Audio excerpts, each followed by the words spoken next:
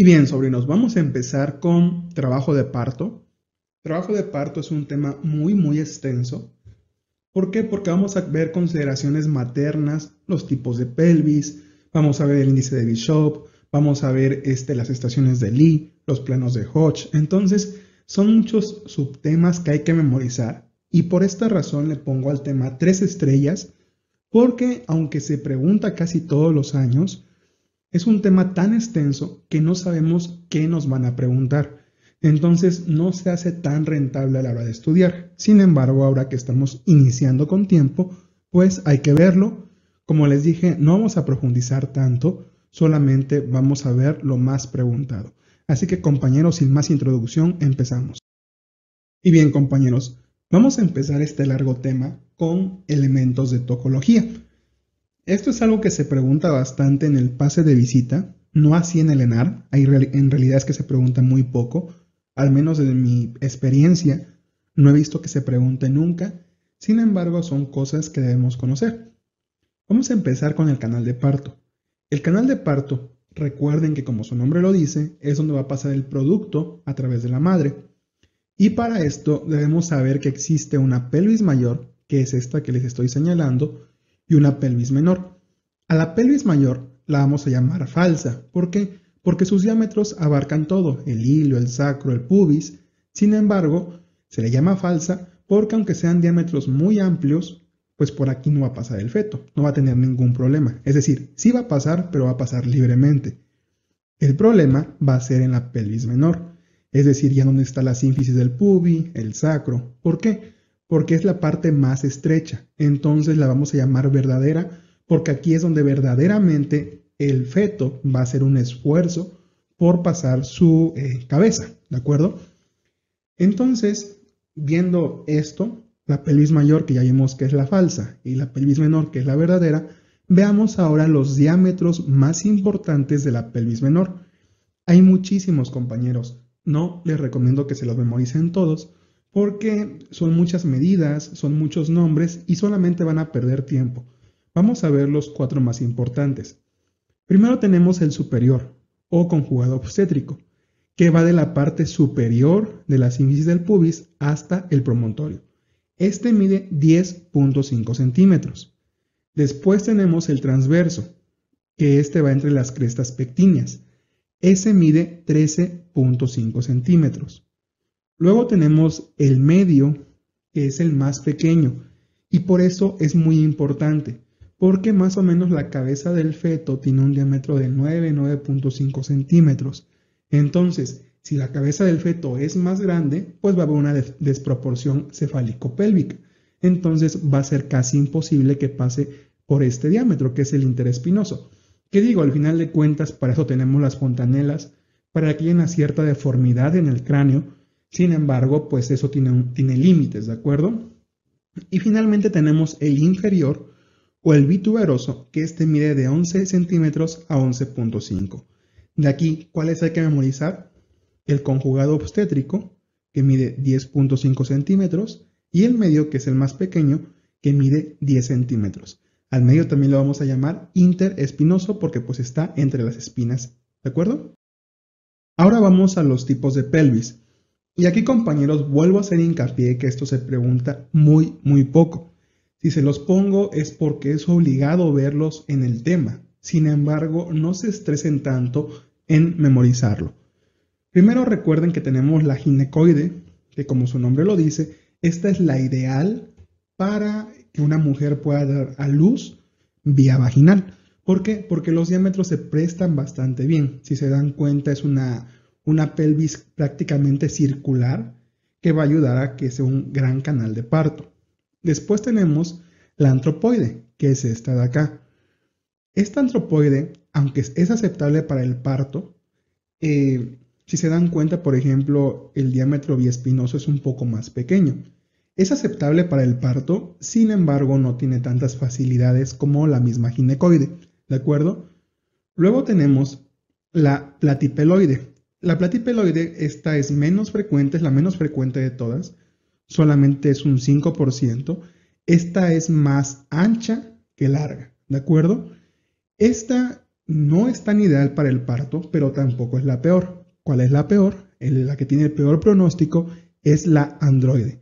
¿Por qué? Porque al final de cuentas, androide es más una cadera similar a la que tienen el género masculino que el que tiene el género femenino. Entonces, se presta poco para que suceda un trabajo de parto vía vaginal.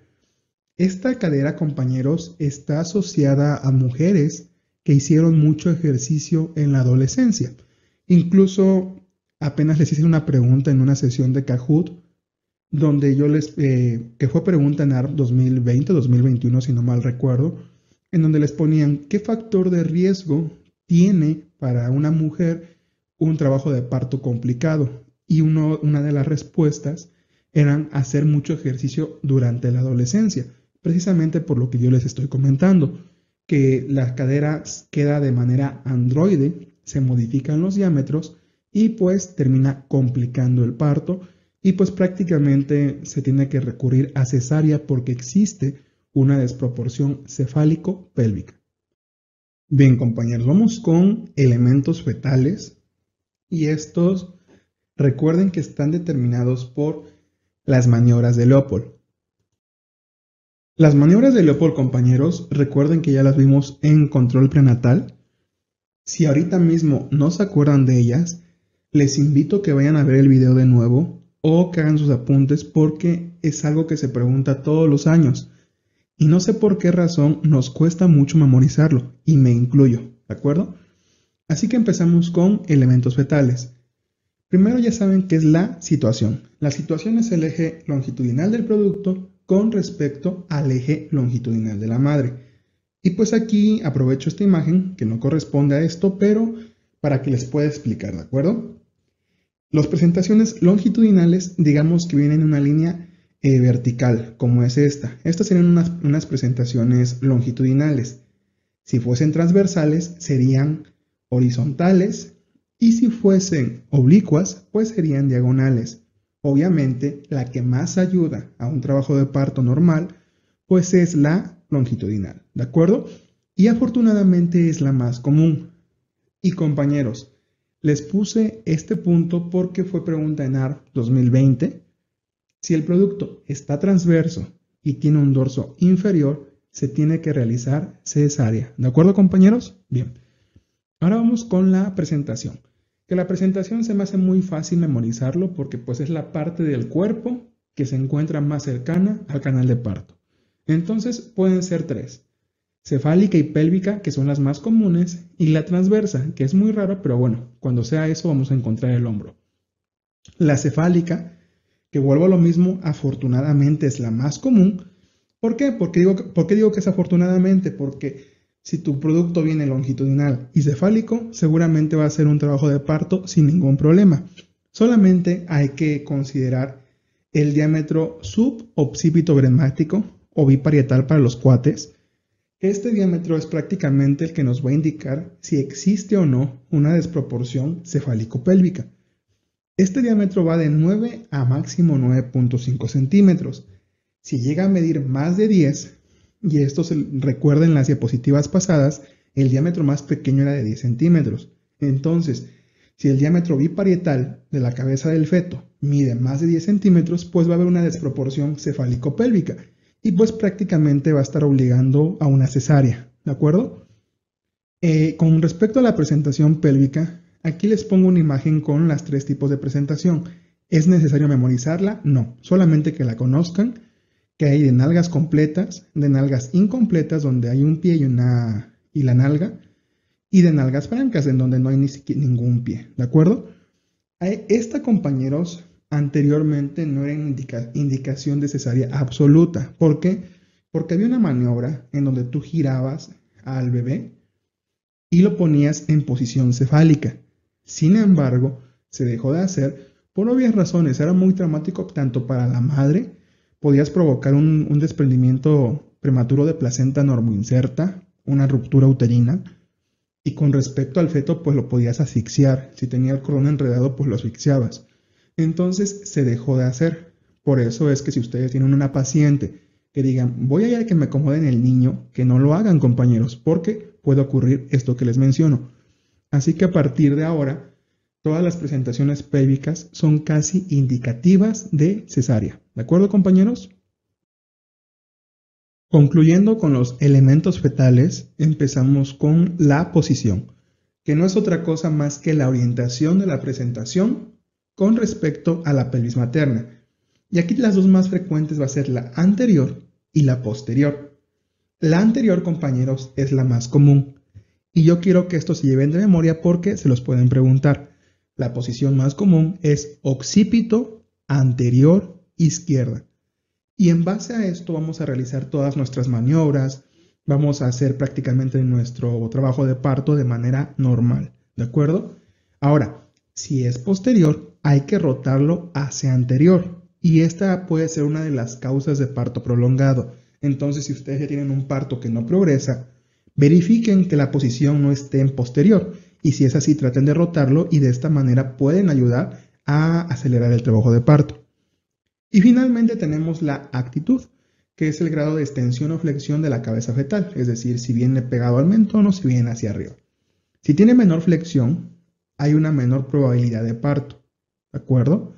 Y si viene con muchísima extensión, puede ser por hipotonía fetal o por daño neurológico. No hay un suficiente control muscular por parte del producto y por eso puede venir en mucha extensión. Lo ideal es que esté en un término medio de entre flexión y extensión. ¿De acuerdo, compañeros? Bien, compañeros, ya para finalizar esta parte un poco aburrida y tediosa de anatomía y definiciones, vamos con estas dos clasificaciones que son los planos de Hodge y las estaciones de Lee, que nos sirven para ver cuánto ha descendido nuestro producto a través del canal de parto. Los planos de Hodge son meramente anatómicos, son estas líneas que se ven trazadas aquí, ¿de acuerdo? Y las estaciones de Lee parten viendo a las espinas ciáticas, ¿de acuerdo? Ellas es como su nivel cero, por así decirlo, y de aquí para arriba son niveles negativos, por ejemplo, menos 2 centímetros, menos 4 centímetros. Y de aquí hacia abajo, de las espinas ciáticas, son niveles positivos, por ejemplo, este ya correspondería a 4 centímetros. Entonces, ambas se utilizan para lo mismo. Las que más se pregunta son los planos de Hodge, por eso les hice la tabla, pero aquí les hice un equivalente a qué estación de Lee correspondería. Así que empezamos a ver los planos de Hodge, que les digo sí hay que memorizarlos porque si se llegan a preguntar. El primer plano, compañeros, es el que vemos acá, que va desde el borde superior, perdón, va desde el promontorio hasta el borde superior de la sínfisis del pubis, es lo que vemos aquí. Aquí la presentación todavía va a ser móvil por obvias razones. Todavía es un gran diámetro, entonces la cabeza todavía no lo abarca completamente. Entonces el producto va a ser libre. Nosotros a la exploración física vamos a notar cierto peloteo todavía en nuestro producto, ¿de acuerdo? Corresponde a una estación Lee de menos 4 centímetros. Recuerden, está hacia arriba, entonces va a ser negativo. Lee, estación de Lee de menos 4 centímetros.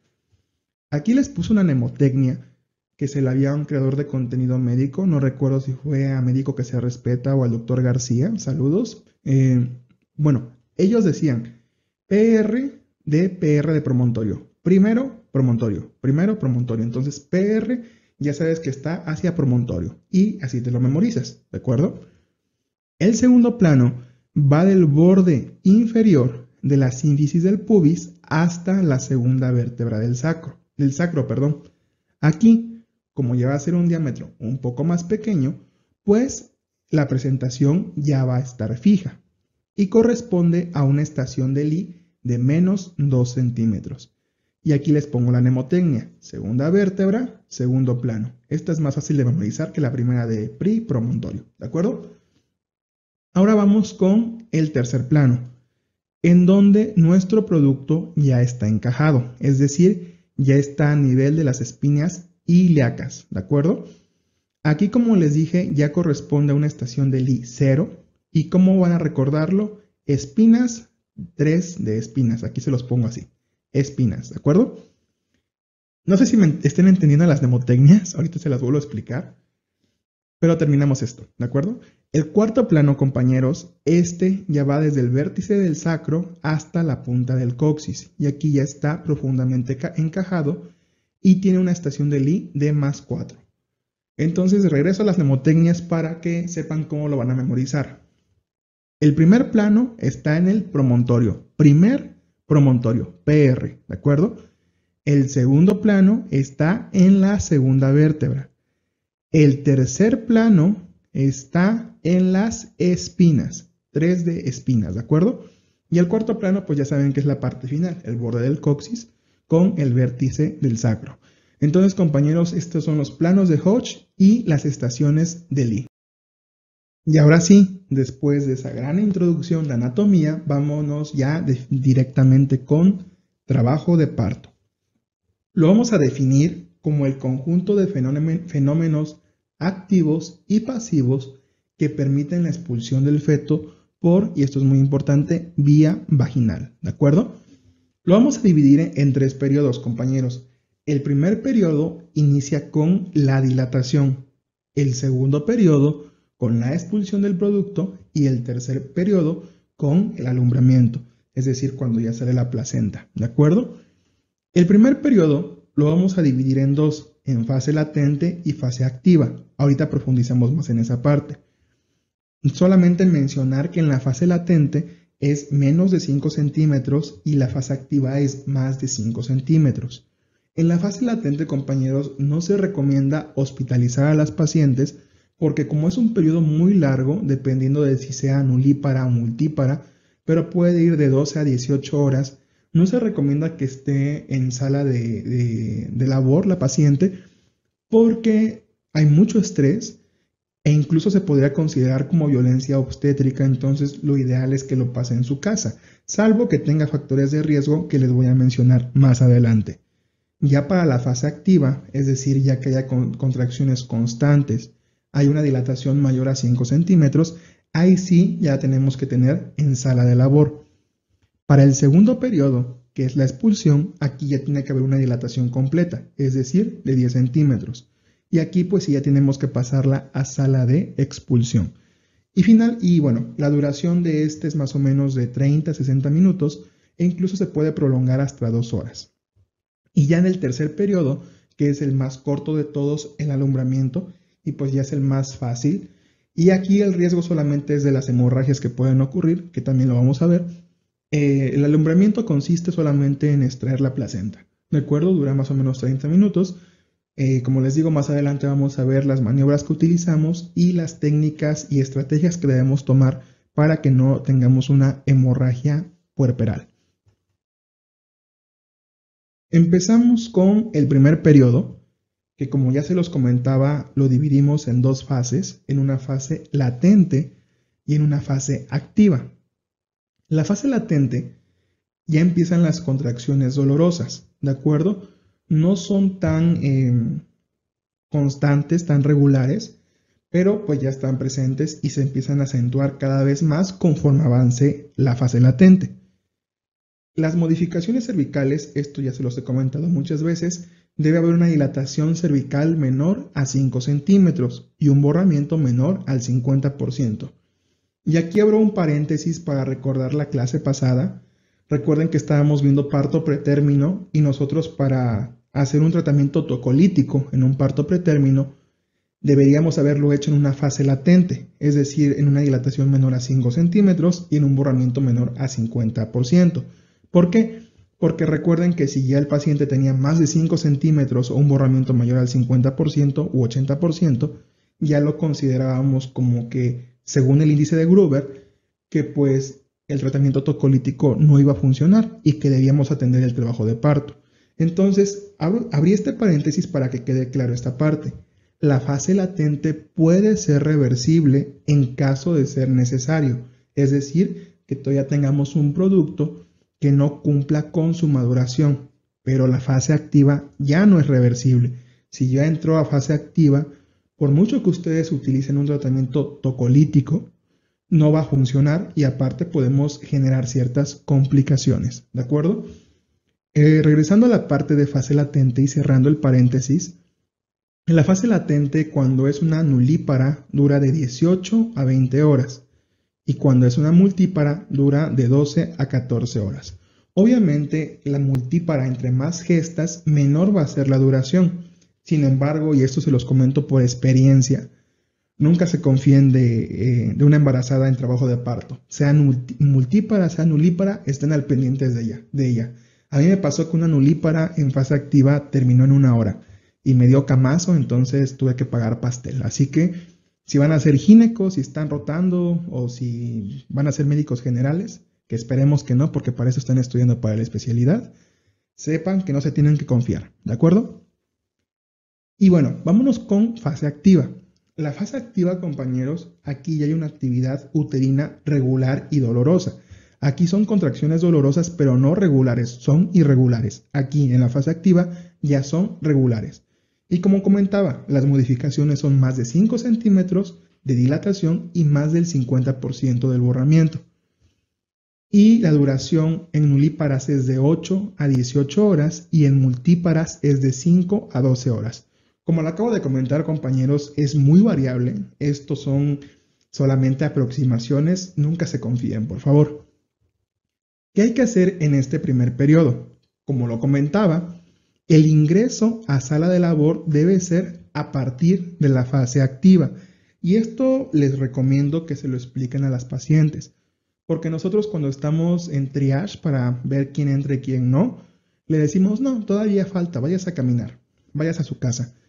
Y pues la paciente lo entiende como que no la queremos atender, pero no, ustedes explíquenle. Saben que existen dos fases del trabajo de parto, una latente y una activa.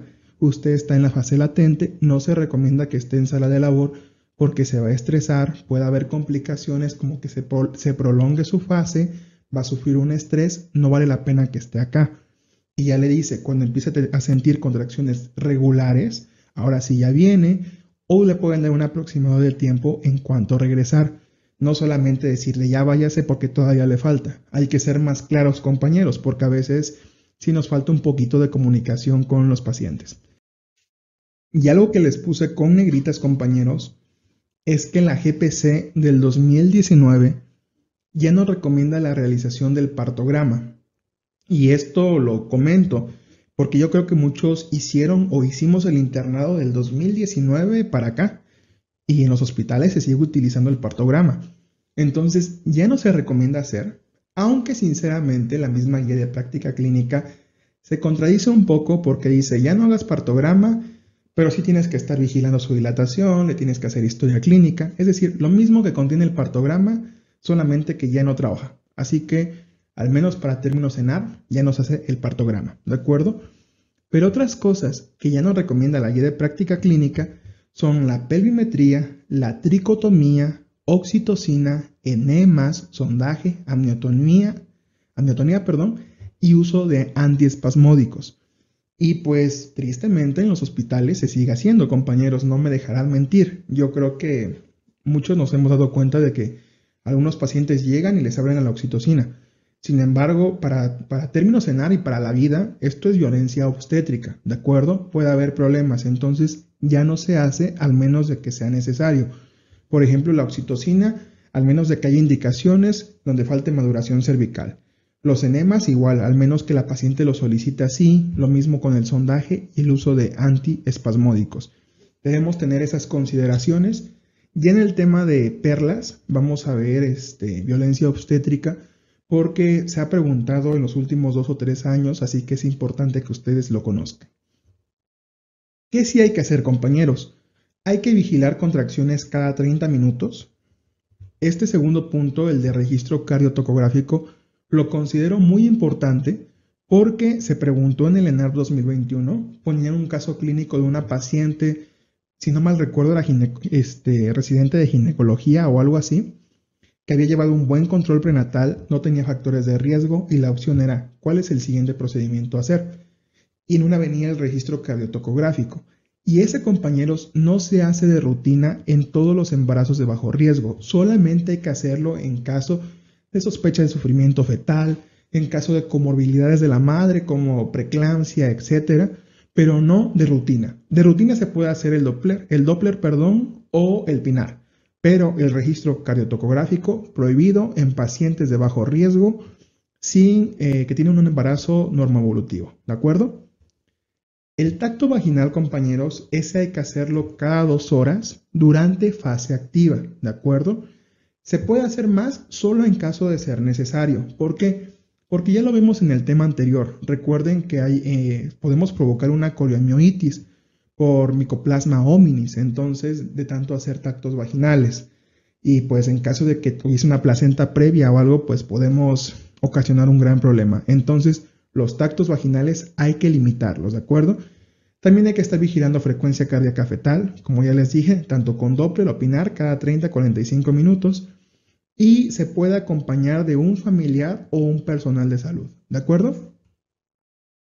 Aquí les pongo una gráfica que tomé de una página de enfermería que es de la Universidad de Guanajuato, que por cierto a mí me gustan mucho los esquemas que hacen las enfermeras de obstetricia. Creo que hay mejor bibliografía en esa parte que la misma médica. Entonces aquí les presento este gráfico en donde está el tiempo, los niveles de dilatación cervical y cómo se dividen las fases. Recuerden que esta primera fase, que es acá la dilatación, se divide en fase latente y fase activa. Si se dan cuenta, la fase latente tiene un progreso muy lento de la dilatación cervical y empieza con el primer plano de Hodge, que recuerden que es cuando está en el promontorio, primer plano, promontorio. Y aquí pues todavía el producto está libre. En el segundo plano, cuando ya está en la segunda vértebra sacra, pues el producto ya está encajado, ¿de acuerdo? Entonces, justo cuando empieza la fase activa, el producto entra al tercer plano de Hodge, ¿de acuerdo? Ya las espinas ciáticas. Y la fase activa la vamos a dividir en 3. En una fase de aceleración, en donde empieza, como su nombre lo dice, a acelerarse. En una etapa de máxima pendiente, en donde de pronto tienes 6 de dilatación y en una hora ya tienes 9. Deben tener cuidado esto, los que vayan a ser obstetras. Y ya una fase de desaceleración, en donde a lo mejor ya progresa de 9 a 10 en una hora. Y pues en este momento ya más o menos está entre tercer plano y cuarto plano de Hodge. ¿Cuándo debemos pasarlo ya a la sala de expulsión? Cuando cumpla 10 centímetros de dilatación y esté en cuarto plano, es decir, esté profundamente encajado, ¿de acuerdo? Y aquí les vuelvo a poner ciertas consideraciones, algo que ya les había comentado: no hospitalizar en fase latente, por lo que ya les platiqué, salvo que presenten estos datos, que hay una disminución de movimientos fetales. Recuerden que el feto ya se tiene que estar moviendo constantemente, 5 movimientos cada 2 horas por lo menos, que hay un sangrado transvaginal, porque eso nos estaría hablando de algún problema obstétrico, a lo mejor una placenta previa, generalmente, que haya mucho dolor, y no me refiero al dolor de las contracciones, porque todas las pacientes lo van a tener, sino por ejemplo un dolor en epigastrio, que nos podría hablar de un síndrome de HELP, datos de vasoespasmo, que son cefalea, tinnitus, fosfenos, que nos estaría hablando de una hipertensión o una preeclampsia, lo mismo que el edema. Cuando ya hospitalizar, obviamente en la fase activa, cuando ya haya contracciones uterinas 2 en 10 minutos y borramiento y dilatación mayor de 5 centímetros y 50%. Bueno, después de ver primer periodo, vamos con el segundo periodo, que ya corresponde al trabajo de parto. Como ya lo comenté anteriormente, este va a iniciar con la dilatación completa y va a concluir con la expulsión del feto. La duración debe ser más o menos de 30 a 60 minutos, máximo 2 horas. En caso, compañeros, de que su parto ya tenga más de 2 horas, hay que valorar el uso de ventosas o de forceps, o incluso proceder a cesárea, ¿de acuerdo? Y pues bueno, ¿qué debemos hacer en el trabajo de parto y qué no debemos hacer? Primero, compañeros, según la nueva actualización de la guía de práctica clínica, la madre tiene que tener una libre adopción de postura. Nosotros ya sabemos que la posición más cómoda para el médico pues es la obstétrica, en donde la madre la paciente pone las piernas abiertas sobre las pierneras y pues no pasa nada, no es muy cómodo para nosotros. Sin embargo, si ella decide otra posición, debemos respetarlo, porque si no podemos incurrir en un acto de violencia obstétrica, ¿de acuerdo? Entonces, esto es muy importante, libre adopción de postura para la madre, ¿de acuerdo? También podemos utilizar compresas calientes y hay que hacer protección del perine. Para la protección del perine existen dos maniobras. La que les voy a explicar porque es la que más se usa y la que les pueden preguntar es la de Ritgen. Esta maniobra, y aquí aprovecho para decirles que sigan esta página, StudySCAT, sube muy buenas imágenes y de ellos tomé la imagen de aquí para explicarles la maniobra de Ritgen.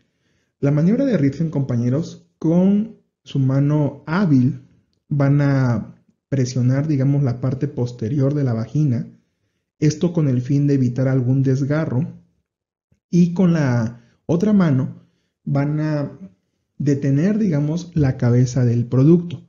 ¿Con qué fin se hace esto? Primero, para que ustedes puedan controlar la salida del producto y evitar algún accidente. Pero lo más importante es la protección del perine. De esta manera vamos a evitar desgarros. La maniobra finlandesa es similar, compañeros, a esta. La única diferencia es que aquí, en vez de poner los dos dedos, haces una especie como de pinza de semiluna, como cuando vas a colocar la mascarilla en el reneo. Con el dedo pulgar y el índice tratas como de tener la cabeza, bueno, en la parte posterior de la vagina aquí. Y el resto prácticamente es lo mismo. Pero recuerden que es maniobra de Ritgen, esta que les estoy presentando acá. ¿Qué no hay que hacer? La episiotomía.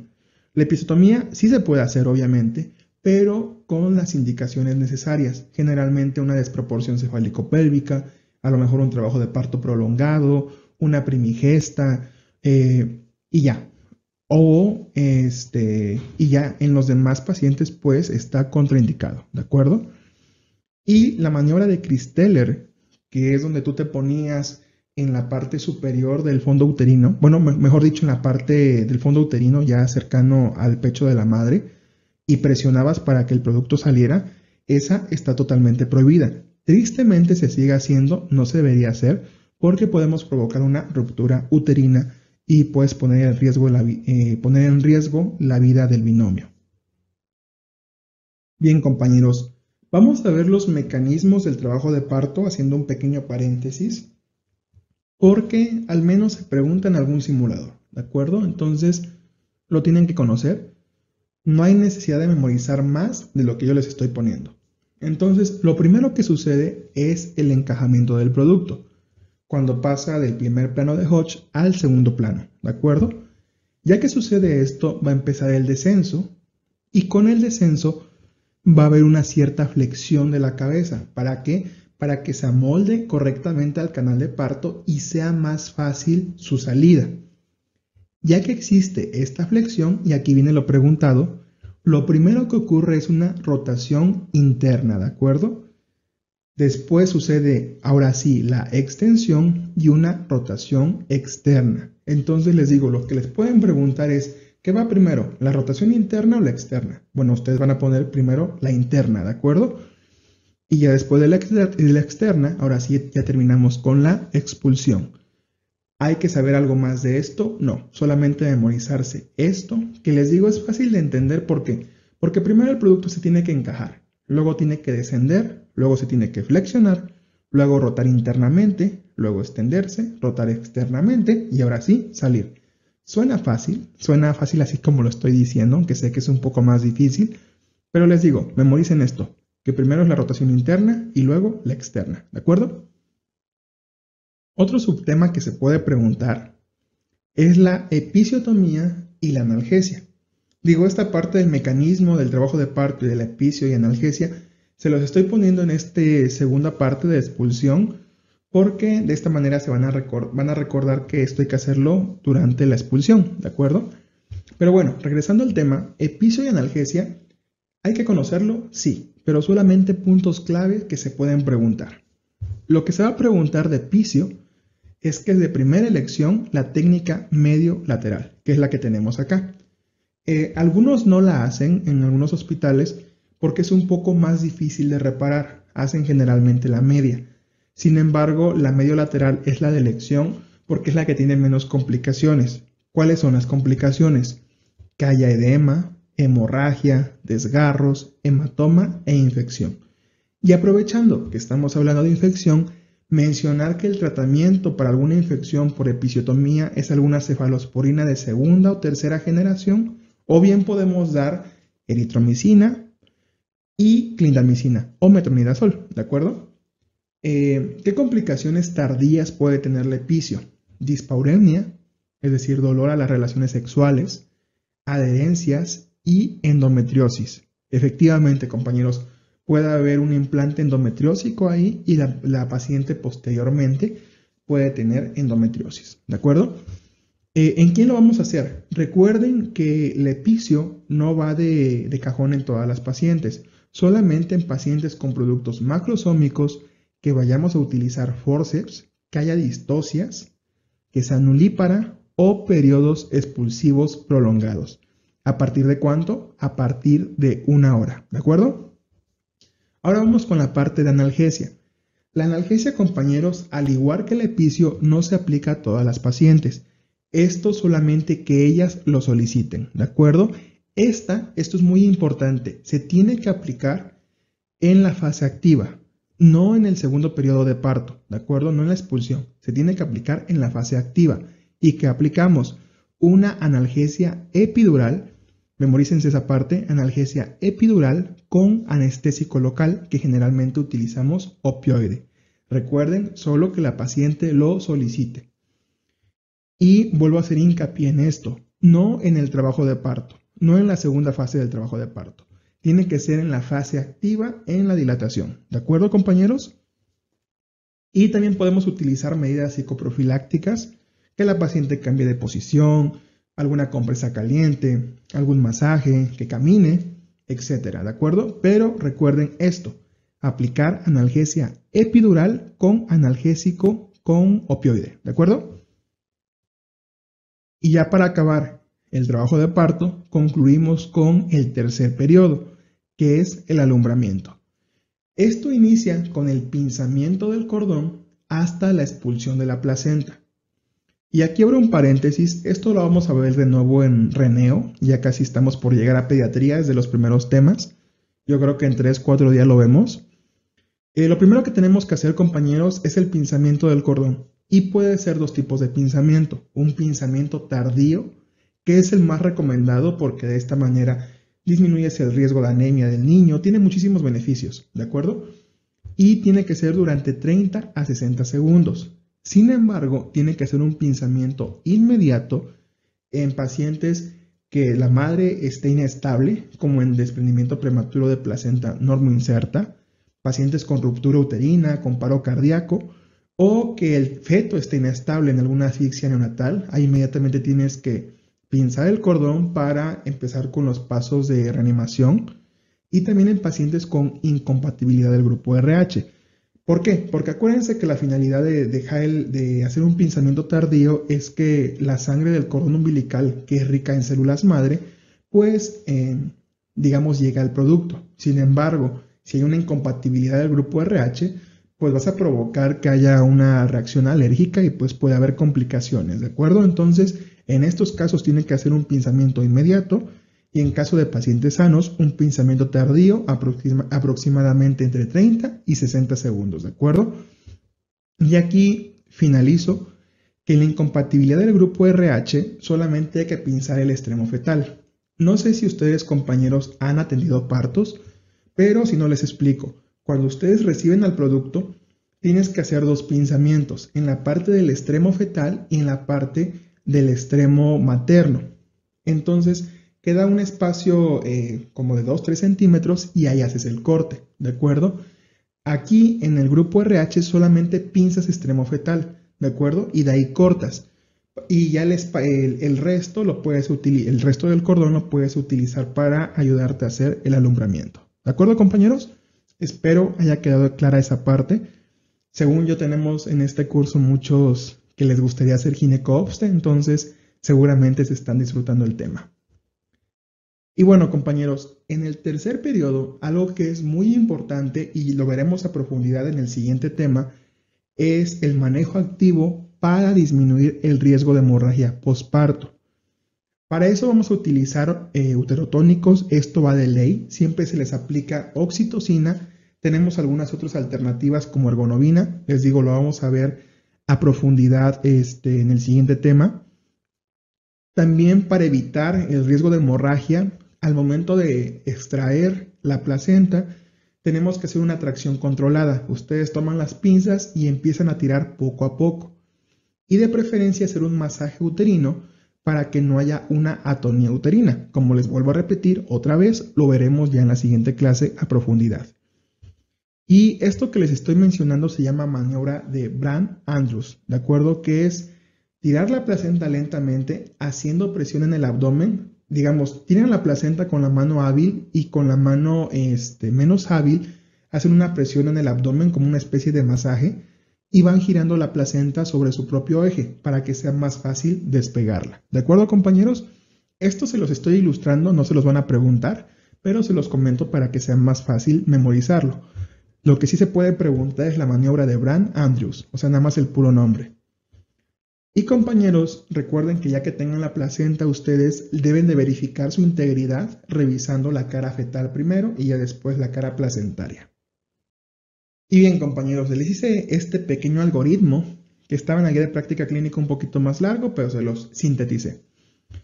Entonces tenemos una paciente con más de 5 centímetros, le ingresamos a labor. Tenemos una paciente con menos de 5 centímetros sin datos de alarma, es decir, no dolor, no hipertensión, no sangrado transvaginal. Se puede ir a su domicilio, pero hay que darle signos y síntomas de alarma obstétrica.